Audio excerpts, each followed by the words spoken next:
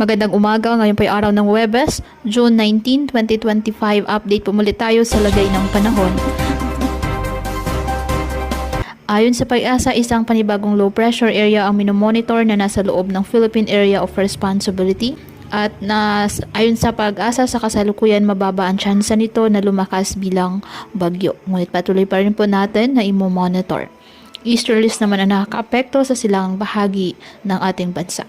Ngayong araw, dulot ng nasabing LPA, asahan po ang maulap na kalangitan na may kalat-kalat na pag-ulan at thunderstorm sa Metro Manila, La Union, Pangasinan, Bataan, Zambales, Oriental Mindoro, Occidental Mindoro, Batangas at Cavite.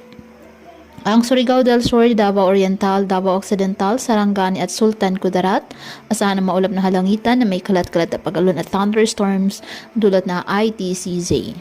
At ang nalalabing bahagi ng bansa, apektado po ng easterlies.